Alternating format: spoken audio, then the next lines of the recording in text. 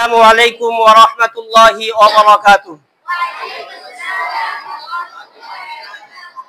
ইন্নাল হামদালিল্লাহ ওয়াস সালাতু ওয়াস সালামু আলা রাসূলিল্লাহ। আম্মা বা'দু ফাআউযু বিল্লাহি মিনাশ শাইতানির রাজীম। বিসমিল্লাহির রাহমানির রহিম। ফাআখাযনাহু ওয়া জুনুদাহু ফানাবাযনাহুম ফিল ইয়াম্মি। সাদাকাল্লাহুল আলিয়্যুল আযীম ওয়া সাদাকা রাসূলুহুন নাবিয়্যুল কারীম। ওয়া নাহনু আলা যালিকা মিনাশ শাহিদিনা ওয়া শাকিরিন আলহামদুলিল্লাহি রাব্বিল আলামিন। আজ 2025 সালের অগাস্টের 5 তারিখ। আজকে আমরা কসবা পৌরসভার এবং কসবা উপজেলার বিভিন্ন মাদ্রাসার আসাতাজায়ে কেরামদেরকে সাথে নিয়ে এবং তুলাবায়ে ইলজামদেরকে সাথে নিয়ে আজকে আমরা গুরুত্বপূর্ণ একটি বিষয়ে কথা বলার জন্য আমরা এখানে আসছি। আমরা জানি আজ থেকে 1 বছর আগে 2024 সালের 5 আগস্ট আমাদের বাংলাদেশের স্বৈরশাসক, জুলুমবাজ, ফিতনাবাজ, জালেম সরকার বাংলাদেশের ছাত্র জনতার আন্দোলনের মুখে হটে গিয়ে শুধু পদত্যাগ করতে বাধ্য হয় নাই, সে বাংলাদেশ থেকে পালাতে বাধ্য হয়েছে। আজকে আমরা যদি তাদের সেই 15-16 বছরের একটু স্মৃতিচারণ যদি আমরা করি, তাহলে আমরা এভাবে করব যে বিগত 15 বছর বাংলাদেশের এমন কোনো সেক্টর নাই, এমন কোনো শিক্ষা প্রতিষ্ঠান নাই, এমন কোনো কলেজ ইউনিভার্সিটি নাই যে জায়গার ভিতরে তারা দুর্নীতি করতে সক্ষম হয় নাই। যদি আমরা শিক্ষা খাতের কথা বলি, চাকরির কথা যদি আমরা বলি, ব্যবসা বাণিজ্যের কথা যদি বলি, অফিস আদালতের কথা যদি আমরা বলি, এক কথা সারা দেশ তারা জিম্মি করার মাধ্যমে পুরো দেশের মানুষদেরকে তারা কুণ্ঠিত করে ফেলেছিল। শুধু তাই নয়, অর্থনীতির কথা যদি আজকে আমরা বলি, হাজার হাজার কোটি টাকা নয়, লক্ষ লক্ষ কোটি টাকা তারা বাংলাদেশ থেকে বহির্বিশ্বে তারা পাচার করতে তারা এইভাবে বাধ্য হয়েছে। এরপরে বাংলাদেশে যত ব্যাংকগুলি ছিল সে ব্যাংকগুলি তারা ডাকাতি করেছে। এরপরে ব্যবসা বাণিজ্যের উপরে তারা আক্রমণ করেছে।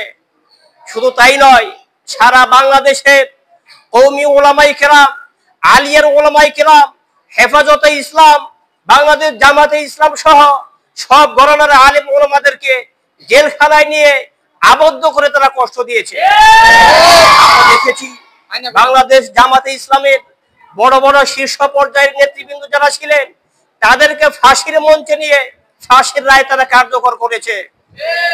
এভাবে তারা আয়না ঘর, এরপরে বিভিন্ন এভাবে জেলখানা তারা তৈরি করে বাংলাদেশের এই সমস্ত নিরীহ মানুষদেরকে তারা জুলুম করেছে, নির্যাতন করেছে। আজকে আমরা যদি তাদের সেই কথা যদি আমরা আরেকটু বিস্তারিত করে যদি আমরা বলি, তাহলে আমরা বুঝতে পারবো বাংলাদেশের মানুষের স্বাধীনতাকে তারা হরণ করেছে, ভোটাধিকার, মানবাধিকারের উপর তারা আঘাত করেছে। কোনো মানুষ তখন ঠিক মতো বাজারঘাট করতে পারে নাই, শিক্ষা প্রতিষ্ঠানে আসতে পারে নাই, ব্যবসা বাণিজ্য করতে পারে নাই, অফিস আদালতে যেতে পারে নাই, নিজের স্ত্রীর সাথে তার স্বামী একসাথে থাকার সুযোগ পর্যন্ত পায়নি।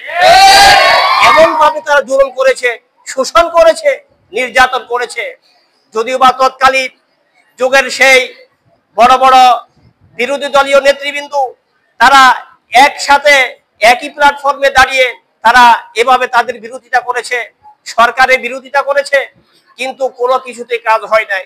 সর্বশেষ আমরা দেখেছি ছাত্র জনতার মাধ্যমে যখন আন্দোলন যখন ফুঁসে উঠলো, আন্দোলন যখন তুঙ্গে উঠলো, এই 15-16 বছরের ভিতরে বিরোধী দলীয় নেতৃবৃন্দ যে কাজগুলি করতে পারে নাই, 15-16 দিনের ভিতরে ছাত্র জনতার আন্দোলনের মাধ্যমে ওই ফ্যাসিস্ট সরকার বাংলাদেশ থেকে পালাতে বাধ্য হয়েছে। আমরা জানি আল্লাহ রাব্বুল আলামিন মহাগ্রন্থ আল কুরআনের ভিতরে বলেছেন, ইতিপূর্বে যে সমস্ত শাসক ছিল পৃথিবীতে, যারা জুলুম করেছে, শোষণ করেছে, অন্যায় যারা করেছে, তাদেরকে কিভাবে আল্লাহ রাব্বুল আলামিন শাস্তি দিয়েছে। মহাগ্রন্থ আল কুরআনে ভরি ভরি উদাহরণ রয়েছে। আমি একটা জায়গা থেকে সংক্ষেপে একটু বলছি। আল্লাহ রাব্বুল আলামিন বলছেন, ফাআখাযনাহু ওয়া জুনুদাহু ফানাবাযনাহুম ফিল ইয়াম্মি। ওই সমস্ত স্বৈরশাসকদেরকে আমি ধরলাম, তাদের সেনাবাহিনীকে আমি পাকড়াও করলাম, তাদেরকে সাগরে আমি হাবুডুবু খাইয়ে আমি মেরে ফেললাম। এটা তো একটা ছোট্ট একটা উদাহরণ মাত্র। তো রাসূল কারীম সাল্লাল্লাহু আলাইহি ওয়াসাল্লাম বলেছেন, যারা জুলুম করবে এই জুলুমবাজদের উপরে আল্লাহ রাব্বুল আলামিনের লানত পড়বে, অভিশাপ হবে। বিশ্বনবী বলেছেন, দাওয়াতুল মাজলুম মুস্তাজাবা ওয়া ইন কানা ফাজিরান। এভাবে মজলুমদের দোয়া সেটা গ্রান্টেড, কবুল হবেই হবে, যদিও বা সে গুনাহগার হোক না কেন। এরপরে আল্লাহ রাসূল সাল্লাল্লাহু আলাইহি ওয়াসাল্লাম আরেক জায়গায় বলেছেন, ইত্তাকি দাওয়াতাল মাজলুম ফা ইন্নাহা লাইসা বাইনাহা ওয়া বাইনাল্লাহি হিজাব। তোমরা মাজলুমের ফরিয়াদ থেকে তোমরা বেঁচে থাকো, কারণ এই মাজলুমের ফরিয়াদ আর আল্লাহর ভিতরে কোনো পর্দা থাকে না।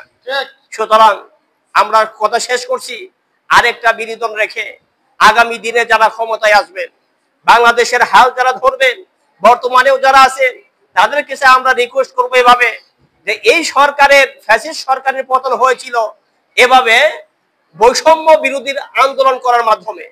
তো আমরাও আজকে থেকে বাংলাদেশে কোন সেক্টরে কোনো বৈষম্য আমরা দেখতে চাই না। বিশেষ করে এমপিওভুক্ত শিক্ষা প্রতিষ্ঠানের কথা না বললেই নয়, এমপিওভুক্ত শিক্ষকদের কথা না বললেই নয়, আজকে তারা বৈষম্যের শিকার, আজকে তারা বৈষম্যের শিকার। তো আমরা সরকার বাহাদুরকে আমরা অনুরোধ করব, এই সমস্ত শিক্ষা প্রতিষ্ঠানকে জাতীয়করণের মাধ্যমে, সরকারিকরণের মাধ্যমে এই বৈষম্যের নিরসন আপনারা করুন। আপনাদের উপর আল্লাহর রহমত হবে, বরকত হবে। তো যাই হোক, সর্বশেষ শহীদদের জন্য মাগফিরাত কামনা করে এবং আহত পঙ্গুত্ব বরণ যারা করলেন তাদের জন্য শেফা কামনা করে, শোক সন্তপ্ত পরিবারদের জন্য ধৈর্য ইখতিয়ার করার মাধ্যমে আমাদের কথা এখানে শেষ করছি।